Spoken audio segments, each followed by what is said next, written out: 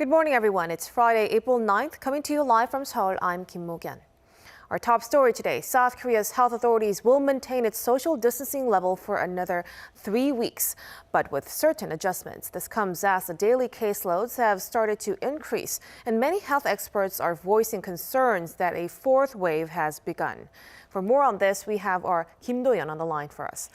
To first, let's start with today's new cases.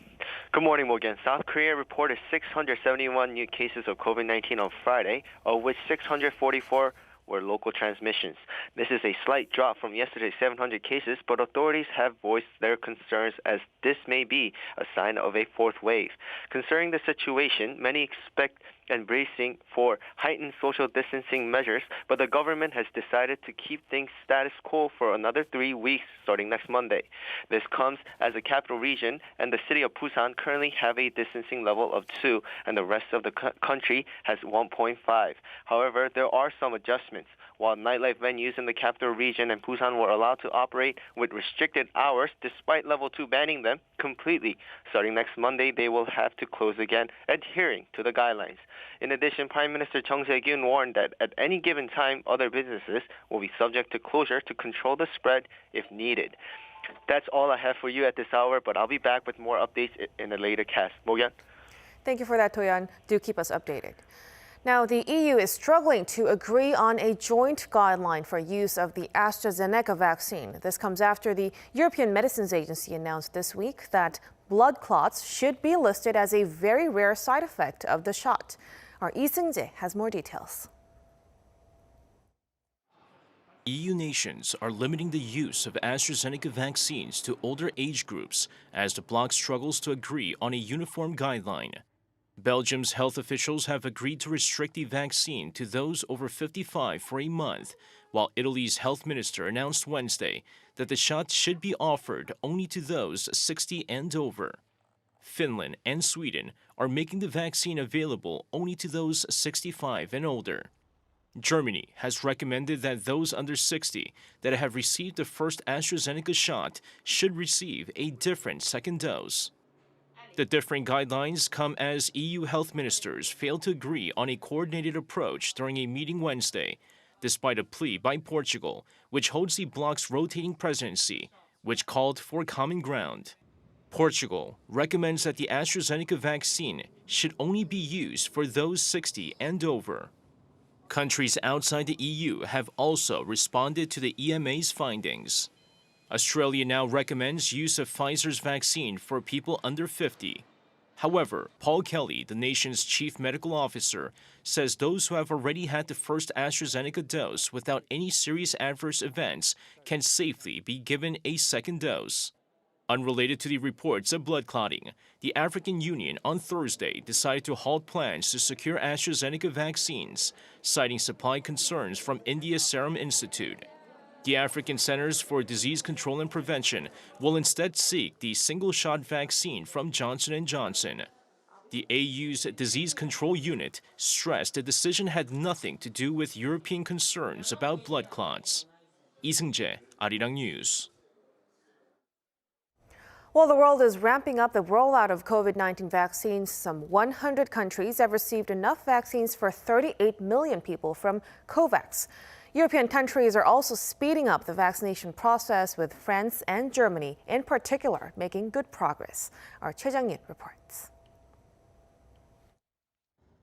A massive global effort to distribute vaccines to developing nations is underway. The COVAX facility, which ensures vaccines are shared fairly among all nations, has delivered nearly 38.4 million doses of COVID-19 vaccines to 102 countries and economies across 6 continents. It's only been 6 weeks since it began to roll out supplies, with Ghana being the first recipient in February. The program offers a lifeline to low-income countries in particular. Even if their governments have not managed to secure vaccines from the manufacturers, COVAX allows them to begin inoculating health workers and others at high risk. Over 100 countries have been reached so far, including 61 benefiting from a mechanism essentially financed by donors. Though there have been some delays in deliveries, COVAX still expects to deliver at least 2 billion doses of vaccines this year, and to diversify the offering beyond the AstraZeneca and Pfizer shots it's currently supplying. Meanwhile, on Thursday, France met its target of inoculating 15% of the entire population with a first dose of anti-COVID vaccine a week ahead of schedule. France just passed the target of 10 million people having received a first COVID-19 vaccine shot. That means we are 1 week ahead of the goal we set. This is a very good performance. This comes as the country endures its third lockdown. France is hoping a ramp-up of its vaccination campaign will help it regain control over the latest outbreak. With mass vaccination centers across the country, the next target is 20 million doses injected by mid-May and then 30 million by mid-June. Germany is also showing promising signs as it achieved a record number of COVID-19 vaccinations in one day, some 656,000 doses, more than double the speed of the previous campaign, which inoculated 300,000 a day at most. The increase comes after family doctors were allowed to start giving jabs. Almost 14% of residents in Germany have received one dose so far. Choi Jung-yun, Arirang News. Federal Reserve Chairman Jerome Powell says the global economic recovery will largely depend on COVID-19 vaccination efforts. He called efforts not only the right thing to do, but the smart thing to do.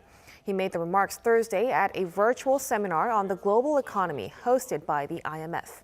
When it comes to the U.S., Powell said its recovery is uneven. He said the jobless rate among the bottom quarter of workers in terms of income is still hovering around 20%, indicating the crisis has mostly hit low-income earners. The U.S. Bureau of Labor Statistics says the U.S. unemployment rate is 6%. Russia is ready to support talks between the two Koreas as well as the U.S.-North Korea dialogue. According to Russian news agency TASS, the director of the First Asian Department at Russia's Foreign Ministry made those remarks Thursday at a roundtable on a strategy to strengthen Moscow-Pyongyang relations at the North Korean embassy. He noted the only way to settle the problem is through political and diplomatic means. The panel also issued a joint statement in support of bringing bilateral ties to a more strategic level of cooperation. With mounting pressure to step up efforts against the deadly shootings in the U.S., President Joe Biden has unveiled a series of actions to curb gun violence. The announcement comes in the wake of recent mass shootings across the country, including Wednesday's shooting in South Carolina. Our Choi Min-jung has more. U.S. President Joe Biden unveiled his very first series of measures aimed at tackling gun violence. Speaking at the White House on Thursday, the president announced half a dozen executive actions in a bid to prevent mass shootings, which he described as an epidemic.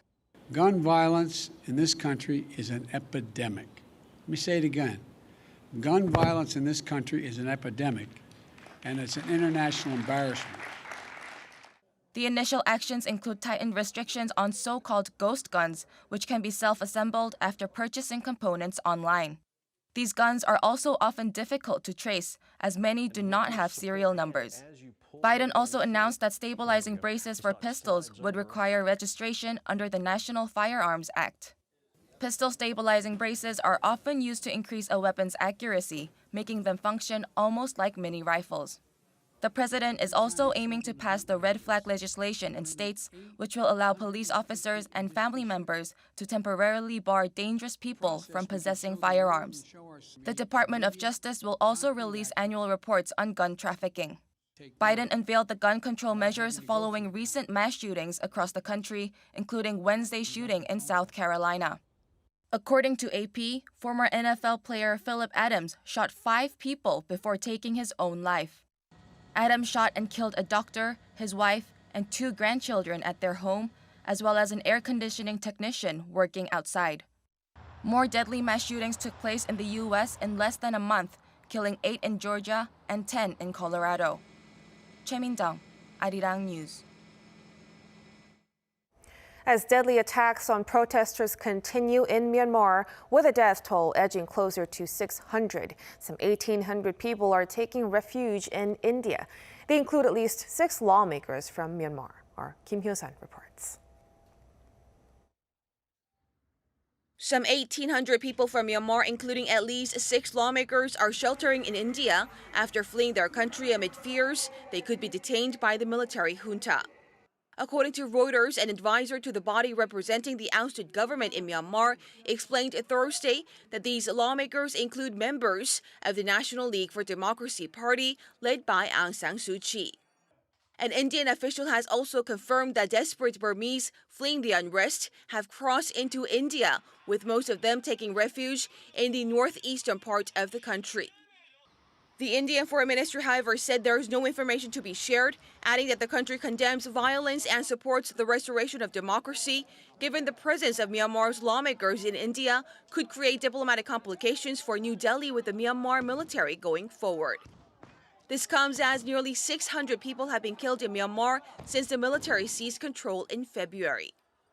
The Assistance Association for Political Prisoners, a local human rights group, says over 2,800 people are under detention as of April 7th. It also adds 48 children have been killed so far. Amid the ongoing unrest, Washington has imposed more sanctions targeting Myanmar's military. The U.S. Treasury Department announced Thursday that it's imposing penalties on one of Myanmar's government-owned firms that oversee all gemstone activities in the country, a lucrative industry that helps fund the military. U.S. Secretary of State Antony Blinken also said that Myanmar's military has ignored the will of its people, continuing to commit lethal attacks against protesters. Kim Hyo-sun, Arirang News. The Biden administration has taken its first trade action against China, adding 7 Chinese supercomputing firms to its export blacklist. The U.S. Commerce Department says the companies added to the entity list are building supercomputers used by China's military actors, helping its destabilizing military modernization efforts, and/or producing weapons of mass destruction programs. The firms are known to be key players in Beijing's plan for chip self-sufficiency. The 7 entities are now required to obtain licenses to access American tech, but will still be able to use non-U.S. chip manufacturers. Pope Francis is calling on the world to cut the debt burden of poor countries that have been slammed by the economic impact of the pandemic. In a letter to the participants of the IMF and World Bank's annual spring meeting, the Pope explained that a spirit of global solidarity demands a significant reduction in the debt burden. He also said in the letter dated April 4th that the pandemic has forced the world to come to terms with interrelated socio-economic, ecological, and political crises.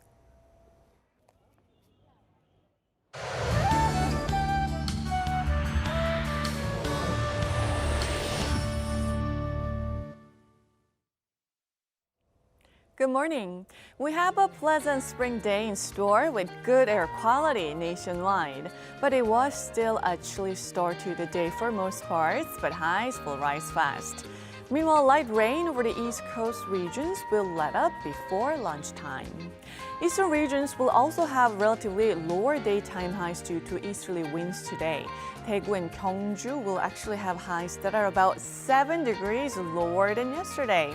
But the rest of us will see highs warmer than yesterday under bright skies with dry weather alerts in place across the country, and that's including here in the capital. And the weather looks promising for this weekend under mostly sunny skies. The nationwide rain early next week should help to ease the dryness in the air. That's Korea for you, and here's a look at the weather conditions around the world.